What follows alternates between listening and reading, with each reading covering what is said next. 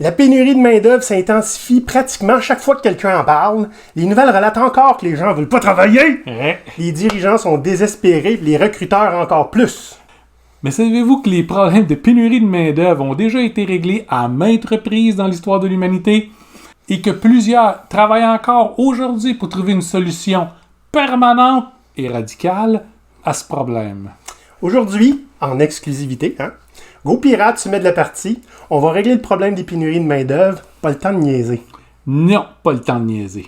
Cet épisode vous est présenté par GoPirate Canada, un organisme à but non lucratif d'économie sociale luttant contre la fragilité socio-économique des individus et favorisant l'apparition d'organismes progressistes. Olivier et Maurice, deux pirates barbus dont le cœur saigne chaque fois que quelqu'un s'exclame « Les gens ne veulent plus travailler !» ont décidé de mettre l'épaule à la roue pour régler l'éternel problème de la pénurie de main-d'œuvre. Comme ils ont de la graine d'historien, ils vont sortir des boulamites la façon dont on a géré ça par le passé et vont proposer des solutions qui plairont peut-être à certains. Voici leur histoire. Je suis content que tu sois là, Maurice. Monsieur Fortier. J'ai encore une réponse d'un candidat qui me dit « Je préfère avoir la PCU que de travailler pour vous. » Les gens veulent plus travailler. Que puis-je faire? On va régler ça drette, là, mon Olivier. Tu vois? Ce qu'on a besoin, c'est de travailler avec le gouvernement pour réussir à avoir une force de main-d'œuvre qui va être capable de prendre les jobs qu'on fait pour eux autres, les bonnes jobs qu'on fait pour eux autres. Ah! Donc, le gouvernement va nous aider à leur donner des meilleures conditions puis un meilleur salaire? Non, Olivier. On parle de prendre une catégorie de la population, puis de s'assurer qu'ils n'aient pas le choix de prendre les jobs qu'on fasse pour eux autres. Parce que c'est pas juste, là. Nous autres, on fait notre part pour l'humanité, on crée des jobs. Puis les gens qui pourraient les prendre, ils font pas leur part, décident de pas travailler. Fait qu'est-ce qu'on fait? Là, on a bien des choix en avant de nous autres. Ce qu'on peut faire, c'est prendre, genre, tout le monde qui dépend de la société pour survivre. Tu sais, la racaille, là, qui sont sur l'aide sociale. Ouais. Puis t'es force à prendre des jobs. Puis là, on s'entend, là. Pas juste forcer à les prendre les jobs dans les conditions qui sont là, mais les empêcher de s'en aller. Ah! Quelle joyeuse idée! Sauf si c'est nous qui les fait s'en aller, on s'entend. Ah ouais, ça c'est pas pareil. Ça prend quelqu'un qui a l'autorité puis qui est capable d'avoir un pouvoir décisionnel. C'est un droit acquis. Exact.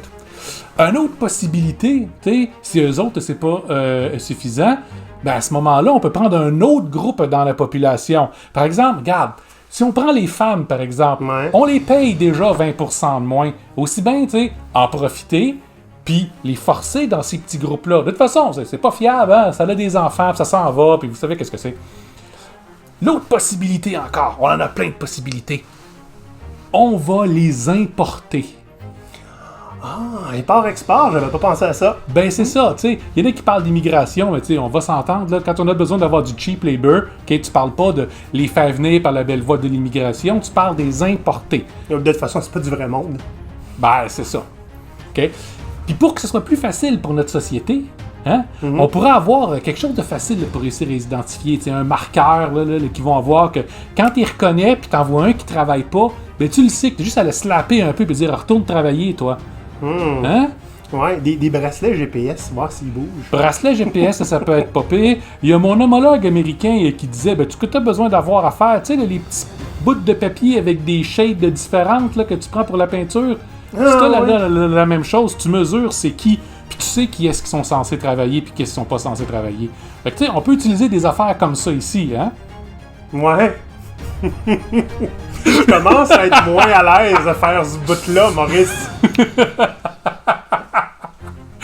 Oh boy! Qu'est-ce qu'il faut pas entendre? Ça a l'air absolument terrible comme ça, mais ce sont des choses qu'on a lues pas n'importe où. On a lu ça jusque sur LinkedIn. Yeah. Fait qu'on va voir comment on va pouvoir ramener les gens au travail sans nécessairement utiliser des mesures extrêmes comme ce qu'on vient de dire. Parce que, tu sais, il y a comme un mot pour décrire une situation comme ça. Ouais. Donc, OK. Fait un mot, dans le fond, là, pour décrire, c'est quoi? Garder les gens dans la misère, les forcer à travailler, qu'ils n'aient pas d'autre choix, réduire leur mobilité sociale. Il y a un mot pour ça? C'est-tu quelque chose qu'on a déjà utilisé dans l'histoire? Peut-être, mais il me passe pas à l'esprit pour tout de suite. Si vous le trouvez, dites-le nous. Ah, Maurice, je me sens mieux dans ma vraie peau. Oui, moi aussi, parce que, vous savez, faire un sketch comme ça, c'est difficile de pas mourir de rire tout le temps, tellement c'est désespérant. Ça, et puis, ben, on était déguisés, hein. Là, Ouais. on a notre vrai linge. Donc, on va tout de suite faire un petit disclaimer. Ce que vous venez de voir, c'est de la foutaise, OK? S'il y en a certains qui n'ont pas compris qu'on n'était pas sérieux, OK?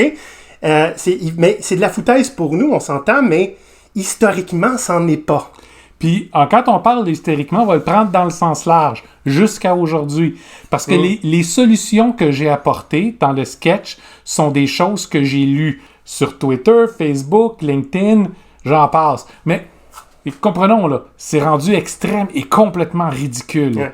La question n'est pas de qu'est-ce qu'on peut faire pour attirer les gens pour venir travailler. La question, c'est qu'est-ce qu'on peut faire pour se trouver une main-d'œuvre cheap, en bon marché, qui n'aura pas le choix de venir prendre le travail qu'on crée, peu importe les conditions. Donc, on va parler aujourd'hui, mais on va regarder historiquement, hein, qu'est-ce qui s'est passé par le passé, parce que c'est pas la première fois qu'on a un problème de pénurie de main-d'œuvre, hein. Puis, on va, comme d'habitude, donner quelques trucs, là, tu sais, comment est-ce qu'on peut faire pour rendre ça mieux sans utiliser les trucs que les deux bozos ont dit au début. Ou des trucs historiques. Oui, c'est ça, c'est pas souhaitable. Non. Donc, on va se remettre un petit peu de nos émotions, hein, pendant ce temps-là, petite pause. Voici un avant-goût des épisodes exclusifs aux membres. Comment calculer la réussite d'un acte de mutinerie? Comment piratiser quand on travaille dans un McDonald's ou un Walmart ou un autre emploi peu rémunéré et très formaté? Un employé bien obéissant, ça connaît sa place. OK. Avalez pas ça, là. On est autonome. On n'a pas besoin d'être géré comme des enfants de 5 ans. L'humain a-t-il encore une place dans le système de travail? Donc? Pour devenir membre de GoPirate, direction patreon.com/GoPirate Canada. Bon, Maurice, t'es notre historien à l'interne, hein? Oui, un vrai. Il a étudié en historianie. Hein? Je suis un historieneux professionnel. Et Maurice, ben, il s'est dit, écoute, beaucoup de choses de ce qu'on fait, on regarde le passé pour proposer des solutions pour le futur. Puis dans ce cas-ci, ça nous intéresse pas vraiment. Mais on va quand même regarder le passé et proposer de meilleures solutions que le passé pour le futur. Oui, parce que la pénurie de main-d'œuvre, ça date pas d'hier. La différence, c'est que par le passé, on n'avait pas des options comme on a aujourd'hui. Donc, on n'avait pas le choix. Si on a besoin d'avoir plus de gens qui travaillent, ça prend plus de gens qui travaillent. Fait qu'est-ce qu'on a fait pour ça? Bien, la solution la plus facile, on peut regarder les Romains, par exemple, qui en ont développé plusieurs. La plus facile avec les Romains, comme avec n'importe quel autre vieil empire qu'on a connu, c'est, ça prend des esclaves. Et pour ça, on va faire des conquêtes. Tu vas conquérir une ville, tu prends leur richesse, hein, profit, puis tu ramènes toute la population en âge de travailler pour la faire travailler sur bâtir tes routes, bâtir tes aqueducs, bâtir tes temples, bâtir de n'importe quoi qu'en tant que leader puissant a comme projet de vanité présentement. Naturellement, les conditions pour ces esclaves-là, ceux capturés en combat, ont tendance à pas être très bonnes parce que ben ils vont se révolter, puis tu sais qu'est-ce que c'est, hein, les gens sont jamais contents avec les jobs qu'on leur donne. Ils veulent pas travailler. Ils veulent pas travailler. Fait qu'il faut les motiver légèrement, hein? On les nourrit pour qu'ils restent en vie, mais pas trop, pour qu'ils deviennent confortables. On a besoin qu'ils travaillent. Hein? Ça coûte cher de manger. Hein? C'est ça, puis surtout que c'est remplaçable. Un esclave militaire, comme ça, c'est toujours un remplaçable, puis souvent c'est mieux de le remplacer que d'essayer de le rééduquer. Ah. Par contre, ses enfants, c'est pas la même chose. Parce que quitte à être esclave, tu le restes de père en fils. Puis quand t'es né dans ces conditions-là, ben père en fils, mère en fille, quand t'es né dans ces conditions-là, là, tu peux être éduqué correctement puis être un esclave qui cherchera pas nécessairement à partir parce qu'il n'y a aucun autre point de repère. Sa vie, c'est ça. Puis des fois, même ces conditions, dans des environnements comme l'Empire romain, par exemple, pouvaient être sérieusement meilleures que non seulement les autres esclaves qui viennent d'être fraîchement capturés, ou même que certains gens libres, mais des classes les plus basses. Donc, Une des fonctions principales des esclaves militaires, c'est faire vraiment le genre de travail, pas que personne d'autre a envie de faire, mais du travail qui serait absolument ridicule pour quiconque de faire. Quiconque de libre. C'est ça. Donc, si on prend les Carthaginois, par exemple, qui ont été les ennemis des Romains pendant longtemps, qui étaient installés en Afrique du Nord, eux autres opéraient beaucoup de mines. Puis les mines, là-bas, étaient relativement simples. Plutôt que de faire des trous comme ça, où les gens descendaient à tous les matins pour aller travailler. Ça, on va en reparler tantôt quand on va parler des États-Unis. Les Carthaginois, eux autres, creusaient leurs mines comme ça.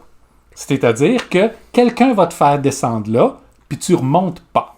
Okay? Le minerai remonte, puis en échange du minerai, on va descendre des vivres. Oh, fait que t'as tout à fait le choix de ne pas travailler si tu veux pas. Mais travaille pas dans ton coin, dans ton trou. C'est ça.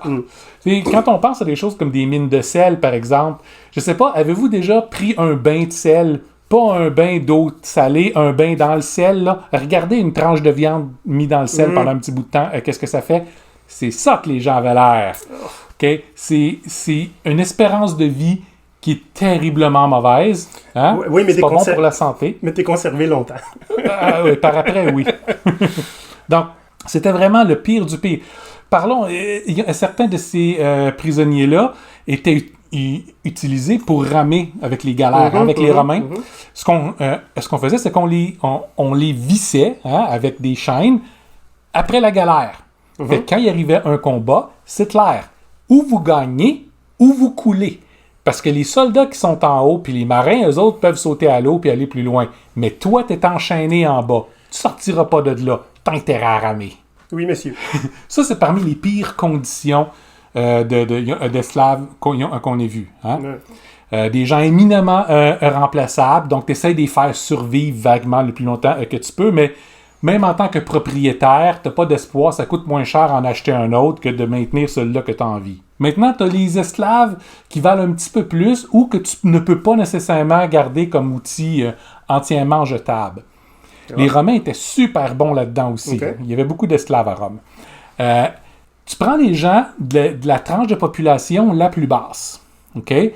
Les jobs auxquels ils ont accès ne sont pas nécessairement très bonnes non plus, pas très payantes, mais eux autres ont besoin de payer leur loyer puis leur nourriture. Ben oui.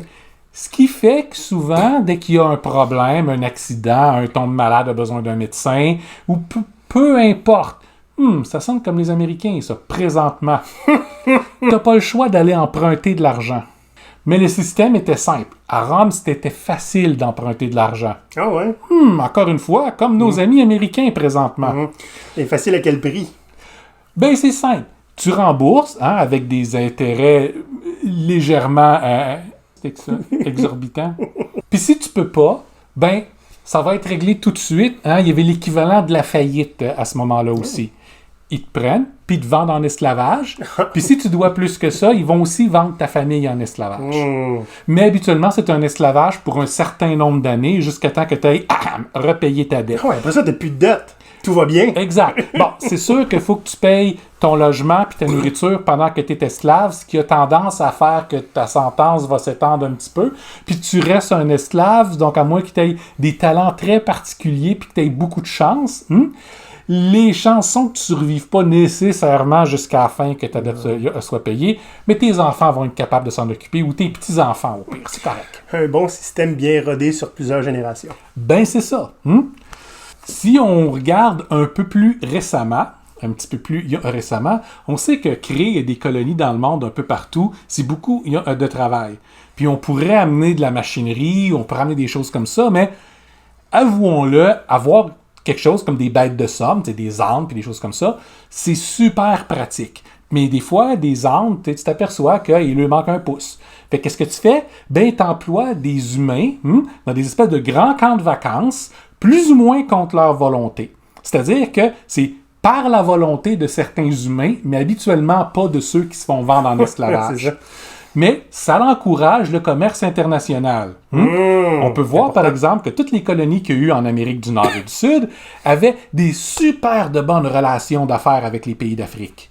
Les conditions de travail, encore une fois, étaient absolument atroces. C'est souvent même pire que les meilleurs esclaves à Rome. Les meilleurs esclaves sont les esclaves éduqués. Il y en a, par exemple, qui pouvaient même très bien vivre. Mais, je veux dire, là, c'était, encore une fois, des outils jetables. Au pire aller, tu essaies de les faire reproduire un peu pour avoir une autre génération pour rentrer dans ton investissement, parce que ces esclaves-là étaient toujours un peu plus chers que ceux que Rome avait. Mais, encore une fois, ça a été une des grandes solutions contre la pénurie de main-d'œuvre. Puis quand la solution a été dit, il faudrait qu'on passe à d'autres choses, certaines personnes n'ont pas été tout à fait d'accord. C'est intéressant que tu utilises le terme outil jetable parce qu'on a déjà utilisé ça dans un contexte très, très actuel en parlant d'employés. Oui. Donc, un autre des approches qui étaient moins drastiques que l'esclavage, c'était l'approche de servitude. Ça, encore une fois, c'est une approche qui était basée sur l'approche romaine, mais celle des dettes, celle-là. Okay. Qui avait une importance très grande en Angleterre, encore une fois, à l'époque des colonies. Donc, l'idée, c'est que les gens qui voulaient venir coloniser ici devaient payer leur billet de bateau pour venir. S'ils n'étaient pas capables, mais qu'ils voulaient venir chercher gloire et fortune en Amérique, ben, tu es capable d'y aller, puis tu as juste une dette. Fait qu'il faut que tu rembourses ta dette en servant la personne qui va payer ton billet. Ah, OK. Je te sers jusqu'à ce que ma dette soit payée. Exact. Okay. Habituellement, c'est un terme fixe. 3 ans, 5 ans, 7 ans, 20 ans. Puis, ben, c'est ça. Tu n'as pas le choix. Tu es essentiellement un esclave durant cette période-là. Un esclave à contrat. Le problème avec ça, dont beaucoup se sont aperçus, c'est que même si tu as un contrat qui dit que ton maître va te libérer après 20 ans, il n'y a rien qui l'empêche de te revendre. Donc, on a plusieurs exemples historiques de gens qui ont passé par 3 ou 4 maîtres comme ça, parce que personne ne voulait honorer leur contrat. Okay. C'était aussi assez terrible, mais souvent, c'était des servants comme ça avaient des conditions drastiquement meilleures que celles des esclaves, simplement parce que c'était des gens qui, un, avaient la bonne couleur, ça aide, souvent parlaient la bonne langue aussi, puis plusieurs avaient un certain niveau d'éducation, même si c'était minimal. Donc, encore une fois, c'est une excellente façon pour gérer ces cas-là. Même chose en Angleterre, ça a été important pendant longtemps. Le même principe de tu as des dettes, quelqu'un va payer tes dettes, mais tu le sers, puis des fois, ça va rester sur plusieurs générations de cette façon-là. Donc, quand on voit souvent il y a des propriétaires terriens qui ont beaucoup de domestiques, beaucoup de ces domestiques-là sont appelés à servir à la famille pendant 70, 80 ans sur 1 ou 2 ou 3 générations. Pareil comme Alfred dans Batman. Oui. Donc, ça a été pendant longtemps les approches qu'on était capable d'avoir pour régler le problème de on a besoin de gens pour faire des tâches que personne d'autre n'a envie de faire. Okay? Si on arrive au 19e siècle, là, il y a eu plusieurs théories qui disaient il y a des gens qui, de toute façon, ne sont pas des vraies personnes. Ce n'est pas des bonnes personnes, c'est dans le bas de l'échelle sociale. Donc, c'est des gens libres quand même. Donc, on va leur donner l'opportunité d'avoir des emplois. On va faire de ça un devoir moral de prendre ces emplois-là. Puis, on va s'assurer d'enlever toutes les autres options possibles qu'ils ont. Fait que tu crèves de faim ou tu es un criminel ou tu prends de ces mauvais emplois-là. En fait, la révolution industrielle a été basée essentiellement là-dessus. Tu n'as rien pour te protéger, tu as un accident ou quelque chose comme ça, tu es simplement jeté à la rue, mais tu vas être payé l'équivalent de quelques bouchées de pain par jour pour faire 12 heures de travail à partir du moment où tu es capable de te tenir debout puis de tenir un morceau de machine dans tes mains ou de te faufiler dans une machine pendant qu'elle est en train de tourner pour enlever des choses qui sont prises là. Combien d'enfants se sont fait écraser comme ça? Il y avait des petites mains. C'est ça. Seigneur. Alors, comme on peut voir, aucune de ces solutions-là sont bonnes. C'est pour ça que ce qu'on voit dans certains pays présentement, notamment chez nos voisins du Sud ou aux Américains, c'est tellement inquiétant.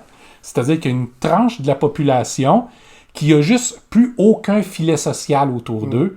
Le salaire minimum est ridiculement bas. Ça fait 12 ans qu'il est à 7,25 $. 12 ans. Ouch! Faites le calcul de tout ce qui a augmenté en prix en 12 ans. Oui, il y a un post récemment de Dan Price qui expliquait que Si on regardait la vitesse à laquelle le prix des maisons a augmenté versus la vitesse à laquelle le prix du salaire a augmenté, le salaire minimum. En fait, le prix du salaire à la vitesse à laquelle il n'a pas augmenté. Ouais. Depuis les années 50, ben, si on voulait que les deux soient égales, donc au prix à laquelle les maisons ont augmenté, le salaire minimum américain serait à 38 $ et quelques. Ou encore, je pense qu'elle a fait le calcul contraire, les maisons coûteraient 60 000 $. Yep. Dan Price, on t'aime. Pour les Américains, présentement, ils sont en train de se créer une classe sociale de gens qui n'ont pas de mobilité, pas d'options, puis que la seule chose qu'ils peuvent faire, c'est prendre ce genre de job-là parce qu'ils n'ont pas le choix. Puis tu as des pressions de plusieurs élus au gouvernement là-bas pour essayer de formaliser ça. Pouvez-vous imaginer ça? Ça va ressembler à notre sketch du début. Puis regarde, Maurice, là, avec la pandémie, il y a beaucoup de gens qui ont perdu leur emploi, qui ont eu des revenus qui ont vraiment drastiquement baissé. Ouais. Et temporairement, le gouvernement américain avait dit, ben, vos propriétaires ne peuvent pas vous jeter à la rue. C'est élevé, ça, maintenant. En fait, ça a été renouvelé contre la Cour suprême pour 2 autres mois. Mais ça va en cours, là. Fait qu'il y a des gens qui vont essayer de lever cette mesure-là pour que les propriétaires puissent jeter des gens à la rue comme ça, là. Et on s'entend, c'est pas possible d'avoir une société qui fonctionne dans des conditions pareilles. Mais c'est une façon pour avoir la main-d'œuvre cheap qu'on a envie d'avoir. Ici, au Québec, on commence à entendre de plus en plus parler, mais moi, avec mon modèle d'affaires, je peux pas payer mes employés plus que ça, je peux pas leur offrir plus que ça. Le salaire minimum est ben trop haut, ça devrait être enlevé ou réduit. On devrait forcer les gens qui sont sur l'aide sociale à venir travailler. Les étudiants, plutôt que de vivre aux dépens, au crochet de la société, devraient passer leur temps à travailler dans les emplois qu'on crée généreusement pour eux autres. Écoutez, tu me fais passer un sketch de l'Hydrolet, 2 comédiens québécois qui disaient « À ce soir, on parle des vraies affaires. Les enfants des garderies qui travaillent! » Ben, j'arrête pas de menacer ma fille à chaque fois qu'elle veut pas aller à l'école, de l'envoyer dans les mines de sel. Je suis pas particulièrement enchanté du prospect. Cela dit, c'est pas parce que dans notre histoire en tant qu'être humain, on a trouvé des façons vraiment, vraiment, vraiment mauvaises de pouvoir régler des problèmes qui en sont pas nécessairement. Il y a juste des gens qui veulent faire plus d'argent. Toujours. À ce moment-là, il existe des solutions qu'on peut mettre en place maintenant pour au moins diminuer le problème, puis voire même le régler au complet d'une façon sérieusement plus intelligente et surtout sérieusement plus humaine. Et ce, sans que ça perpétue la misère. Oui. Parce que l'idée, c'est ça. Si le salaire minimum est trop élevé et qu'il faudrait le baisser, ça veut dire que ton entreprise est 100% basée sur la misère humaine. Absolument. Est-ce que c'est souhaitable qu'elle survive? Puis l'argument de « Oui, mais ça en prend des éboueurs. » Ben oui, ça en prend des éboueurs. Et parce que ça prend des éboueurs, ils sont pas mal mieux payés que le salaire minimum. Puis ils ont des bons avantages sociaux aussi. Ouais. Le ferais-tu, toi? Là où c'est plus difficile de combler des postes, souvent, ça va dans des milieux comme la restauration. Oui. Où on s'attend à ce que tu travailles debout, si possible, pas de break durant tout le temps que tu as des gens, puis pendant des fois 10 à 12 heures. Oui. Pour un salaire qui est en bas du salaire minimum, plus type. Parce qu'il y a des pourboires. Eh oui. Oui. Mais tu as beaucoup d'endroits qui vont encourager pas trop de pourboires. Puis tu en as d'autres qui vont dire à leur patron, ben savez-vous, mes employés, ils sont pas payés le salaire minimum. Bande de... vous devriez laisser un gros pourboire. Oui, c'est ça. La faute est sur les usagers et les clients. Maintenant, oui, c'est vrai, je comprends tout à fait l'argument. Si on n'a pas de gens qui acceptent volontairement de se sacrifier pour notre confort à nous, puis de travailler dans des mauvaises conditions pour presque rien, ben le prix d'à peu près tout ce qui est vraiment, vraiment pas cher risque d'augmenter. Ben oui, il va augmenter un peu. Mais j'aimerais juste vous faire remarquer une chose. Il y a 10 ans, mon hamburger coûtait la moitié du prix de ce qu'il coûte maintenant. Le prix des employés n'a pas doublé en 10 ans. Il y avait un généreux tweet que j'ai vu passer qui disait « Si vous voulez vraiment payer les gens qui travaillent dans les restaurants 15$ de l'heure, votre hamburger, vous allez le payer 38$. » Il y a quelqu'un qui a répondu, ben moi, je suis en Californie. Le salaire minimum est de 15 $ de l'heure. Et mon burger coûte 3,25 quand même. On s'entend. Ça fait longtemps que j'ai pas vu un burger à 3,25. Ouais, mais ça commence aux alentours de 15 à 20 piastres maintenant. 3,25 US. Ouais. Je suis pas sûr que je voudrais le manger, moi, ce burger-là. Anyway. On s'entend, il y a d'autres conditions que juste le salaire des employés qui vont influencer les prix. On est conscient de ça.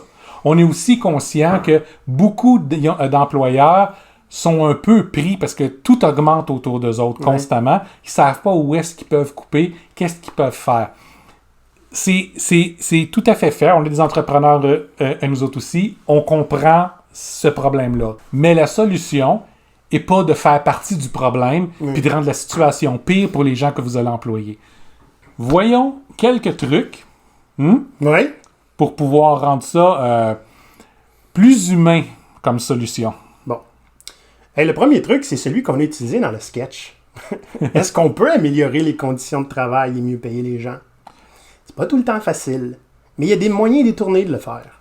Okay? Puis on s'entend, c'est pas toujours la seule solution non plus. Si vous êtes dans un environnement, une région éloignée, par exemple, où le salaire minimum est amplement correct pour réussir à vivre décemment, si le restant des conditions de travail sont là, ben ça peut être acceptable. Oui. On n'ira pas dans une grande ville avec le salaire minimum comme ça commence pas mal plus difficile. Effectivement. Donc, des fois, c'est pas juste une question de pur argent. Okay? C'est pas juste une question de pur avantages sociaux non plus. Il y a des gens qui vont avoir envie de travailler à cause que l'emploi leur donne certaines conditions qu'ils veulent avoir. Des fois, ça va être une flexibilité d'horaire. Faites penser à ça. Si vous n'avez rien d'autre à offrir, pouvez-vous offrir la flexibilité d'horaire. Ça peut être une flexibilité de lieu de travail aussi. Ça peut être la capacité à participer à certaines des décisions dans l'organisation. Oui. Fait qu'imaginez si vous êtes payé au salaire minimum, que vous faites dire, comme ça m'est déjà arrivé quand j'étais jeune, OK? 3 fois par semaine, le patron affichait les quarts de travail à tout le monde dans le magasin, où il fallait aller voir personnellement quand est-ce qu'on allait travailler. C'est-à-dire que ces journées-là, à 8 heures le matin, fallait être là-bas pour regarder si on allait travailler dans la journée ou pas. OK? Donc, faites pas ça. Faites-les participer à qui fait quoi. Laissez-les monter à leur propre horaire. Laissez-les... Puis on parle en groupe parce que vous arrivez avec le besoin. On a besoin que tous ces quarts de travail-là soient occupés par quelqu'un. Qui veut faire quoi? Il y a des quarts que personne ne veut prendre. Personne. OK. Là, vous pouvez vous demander qu'est-ce qu'on peut faire pour attirer les gens dans ces quarts-là. Ça peut être aussi simple que de donner des permissions que les autres corps n'ont pas.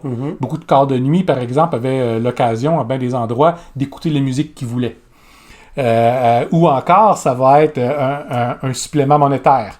Ou encore, ça va être un premier droit sur les moments où ils peuvent partir en vacances. Ah, intéressant ça. OK? Donc, faites participer les employés. Puis à cause de cette flexibilité-là, certains vont être plus intéressés à aller prendre vos emplois, même si vous n'êtes pas en mesure d'offrir des meilleures conditions. Un autre truc qu'on peut faire, c'est... Vous savez, il y a beaucoup de gens qui vont dire hey, « Moi, j'ai pris l'emploi parce qu'il y a beaucoup d'avancement. » Et ça peut être une option. T'sais, la possibilité de rapidement avoir une promotion ou devenir peut-être un gérant ou un gestionnaire. Mais vous savez, les promotions, ça se fait pas tout le temps en la verticale. Exact. Il y a les moyens de faire ça à l'horizontale. C'est-à-dire que au début, tu vas faire job A, mais très rapidement, on va avoir besoin de monde pour faire les 2-3 jobs qui sont à côté. Puis si ça t'intéresse, on va te prendre puis on va te l'envoyer là. Ça se fait. Vous comblez certains besoins à l'interne. Puis peut-être aussi que en bougeant des gens comme ça, ça va peut-être être plus facile d'aller chercher des gens pour remplir des trous qui sont mobiles, appelons ça. Ouais. C'est peut-être plus intéressant aussi de ne pas tout le temps faire la job plate, d'avoir autre chose. Dans certains temps, ce que vous allez offrir, c'est pas nécessairement des jobs plates, mais vous allez payer moins à quelqu'un qui commence à embaucher il y a des gens qui ont moins d'expérience, payez-les moins cher, mais déjà en partant, pas là, on va réviser quand ça va nous tenter, comment est-ce qu'on va pouvoir te donner ou pas. Okay?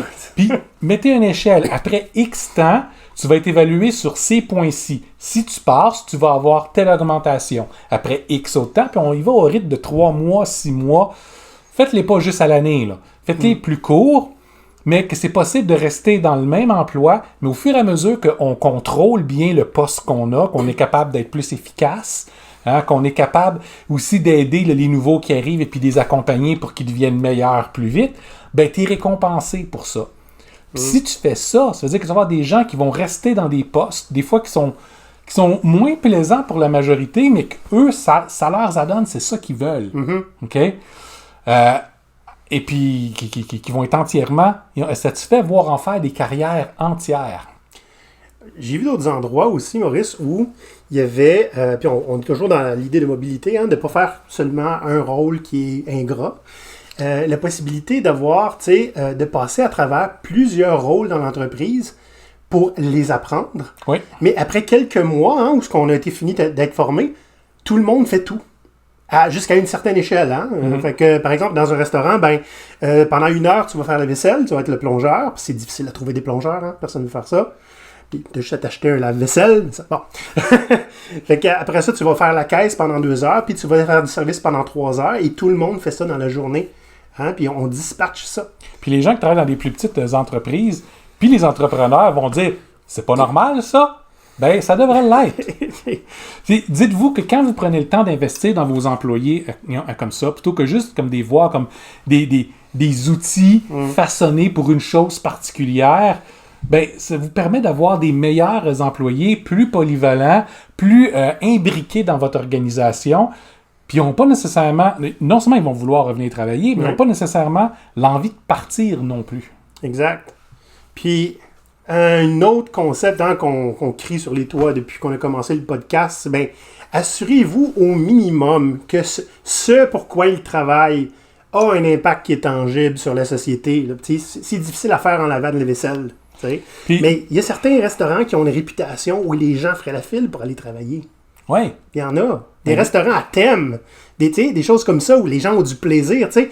Rendez ça le fun au minimum, mais au moins qu'il y ait un impact. Puis dites-vous que votre grande mission, votre grande raison d'être ne devrait pas être mettre plus d'argent dans les poches du propriétaire ou prenez un restaurant, ça nous permet d'apporter de la nourriture au monde. Non, c'est pas vrai. Ça vous permet de vendre de la nourriture à des clients. Il y a une grosse différence entre les deux. Par contre, si votre restaurant va avoir une partie de ses profits ou une partie de la nourriture non utilisée, où ils vont ouvrir leurs portes à certains moments où ils sont normalement fermés à des gens sans abri, par exemple, pour venir avoir des bons repas. Plusieurs restaurants le font. Ben, il y a un but social, une raison d'être sociale à votre organisation. Puis il y a des gens qui vont vouloir aller travailler là pour encourager cette raison-là, parce que ça va leur parler à eux autres pour une raison ou pour une autre. Tu sais, Maurice, on voit des reportages, des fois, où il y a des traiteurs qui font de la nourriture pour les conférences et qui, au lieu de jeter tout ça aux poubelles, les restants, allaient emballer ça et allaient donner ça à des organismes de charité. Puis, du jour au lendemain, leur image a complètement changé. Absolument. Mais il ne faut pas oublier qu'ils jetaient ça avant. Là. Puis ça, c'est la majorité des restaurants qui jettent de la bouffe comme ça. Puis là, on parle des restaurants, mais ça s'applique surtout. Hein? Ben oui. Il y a des entreprises qui font des bas, puis qui ont comme principe, pour chaque paire de bas qu'on vend, on en donne une. Ouais. OK? Ouais. Des petites choses comme ça qui ne sont pas nécessairement ce qui va vous tuer économiquement. Assurez-vous que c'est pas ça qui arrive, mais qui vous donne un impact social qui est tangible. Ben, les gens qui sont attirés par « je veux faire plus que juste aller me ramasser une petite paye pour ma propre poche », vont dire « écoute, j'ai du temps, je vais aller travailler là. J'ai une envie de faire quelque chose qui a une satisfaction. Je veux pouvoir me coucher le soir et dire, pas juste dire « ah, j'ai bien travaillé, j'ai sué 100 € au profit de quelqu'un d'autre. » C'est « j'ai bien travaillé puis j'ai fait une différence aujourd'hui. Ouais. » Bref, faites du bien. Ouais. Puis faites le bien. Un autre élément, beaucoup des postes qui sont vraiment les pires, ceux qui sont les plus difficiles à combler, OK? C'est des tâches qui sont répétitives puis détestables puis qui n'ont pas d'âme. Fait que les gens qui vont faire ça vont tomber dépressifs avant longtemps puis dire « je suis juste plus capable de presser sur le même bouton à toutes les 35 secondes. Je suis juste plus capable de courir d'une table à une autre toute la journée. » Mais souvent, ces tâches-là sont automatisables. Puis avant de dire « ah, mais moi, ça marche pas comme ça », posez-vous vraiment la question. On entend encore une fois souvent les restaurants. Vous savez que la prise de commande ne demande pas nécessairement d'avoir une petite madame à côté de la table comme ça, puis qui attend pendant que les gens font leur décision, parce qu'elle attend puis elle est un petit peu énervée parce qu'elle a 37 tables à servir aussi. Oui. OK? Donc, depuis la pandémie, on a pris l'habitude de consulter des menus en ligne. Pourquoi est-ce qu'on ne peut pas commander directement sur le menu? Pourquoi on ne peut pas commander direct avant même d'arriver, puis de payer avant même d'arriver au restaurant? Tu arrives à la bonne heure, ta table est prête, ta nourriture est prête. Les gens ont juste à venir te la servir, te demander si tu es content, puis de te ramener de l'eau une fois de temps en temps. Tu sais, l'automatisation, ça peut se faire dans pratiquement tous les domaines. Puis avant de dire, ouais, mais ça va enlever des bonnes jobs à du monde. Premièrement, les jobs que vous allez automatiser comme ça ne sont pas des bonnes jobs. Puis c'est les mêmes jobs que vous vous plaignez qu'il n'y a pas personne qui veut faire. Fait que, Ça vaut au moins la peine d'essayer, je pense. Oui, oui. Donc, oui, vous pouvez être un propriétaire d'entreprise qui devrait se demander qu'est-ce que je peux automatiser. Puis si vous êtes un entrepreneur, vous pouvez toujours vous demander quel serait le produit ou le service que je pourrais créer qui va pouvoir permettre d'automatiser une partie de ces jobs-là qui sont dans des domaines en pénurie. Parce qu'il y a de la demande, hein? Ben, c'est ça. C'est ça. Donc, les solutions sont en avant de nous. Tout ce qu'il faut faire, c'est arrêter de se plaindre puis d'aller les chercher. De la même façon que vous dites à plusieurs employés, arrête donc de te plaindre, t'en as une bonne job. Bon, ben l'employé va finir par prendre les mesures dans ses mains puis quitter. Ben vous faites la même chose. Prenez les mesures entre vos mains puis regardez pour automatiser, améliorer les conditions de travail, puis essentiellement, pas offrir des jobs puis espérer que les gens remplis de reconnaissance viennent vous voir puis sacrifient à votre hôtel en tant que divinité incarnée de l'entrepreneuriat, mais qu'à la place, ils disent « Hey, je suis en ligne avec ce que cette personne-là fait, ça me tente d'aller travailler pour. » J'ai envie de finir là-dessus, Maurice, c'est beau. Mais non. Là, Maurice, c'est pas la dernière fois qu'on va parler de pénurie de main-d'œuvre, je le sens. OK? Mais on ne pourra pas dire qu'on n'a pas fait notre part. OK? Surtout pour éduquer un petit peu sur ce qu'on a fait déjà en tant qu'humain dans le passé, puis se rappeler que c'est pas nécessairement une bonne idée de forcer le monde à travailler. OK? Oui, si c'est le discours que vous utilisez, ce serait peut-être temps de commencer à le réviser. Vouliez-vous être reconnu pour ça? Sinon, les pirates, dites-nous ce que vous en pensez, parce qu'on a essayé de faire un sketch aujourd'hui et on a sorti nos talents d'acteur. Maurice a déjà fait ça, moi non. Moi, j'imitais une népho-pub. Mais dites-nous ce que vous en pensez. Ça se peut qu'on en fasse plus par le futur. Vous pouvez nous contacter sur LinkedIn, sur YouTube. Allez vous abonner, parce qu'on va avoir 1000 personnes pour notre 100e, puis c'est dans pas longtemps, dans 6 semaines, 7 semaines. Et si vous voulez devenir un pirate officiel, patreon.com/GoPirate Canada, ça nous encourage à continuer à détruire les mécréants du travail. Ça nous finance aussi, c'est comme un petit peu important, parce que, disons-le, même pour nous autres, c'est une question d'argent. Oui. Puis là, présentement, on a du cheap labor, puis le cheap labor commence à être tanné. C'est nous autres. Imaginez, on a trouvé la meilleure solution possible. Nous autres, on charge notre cheap labor pour la gloire de travailler pour nous autres. Alors les pirates, on se voit la semaine prochaine. Puis, allez donc travailler, là. Arrêtez là, de ne pas vouloir travailler.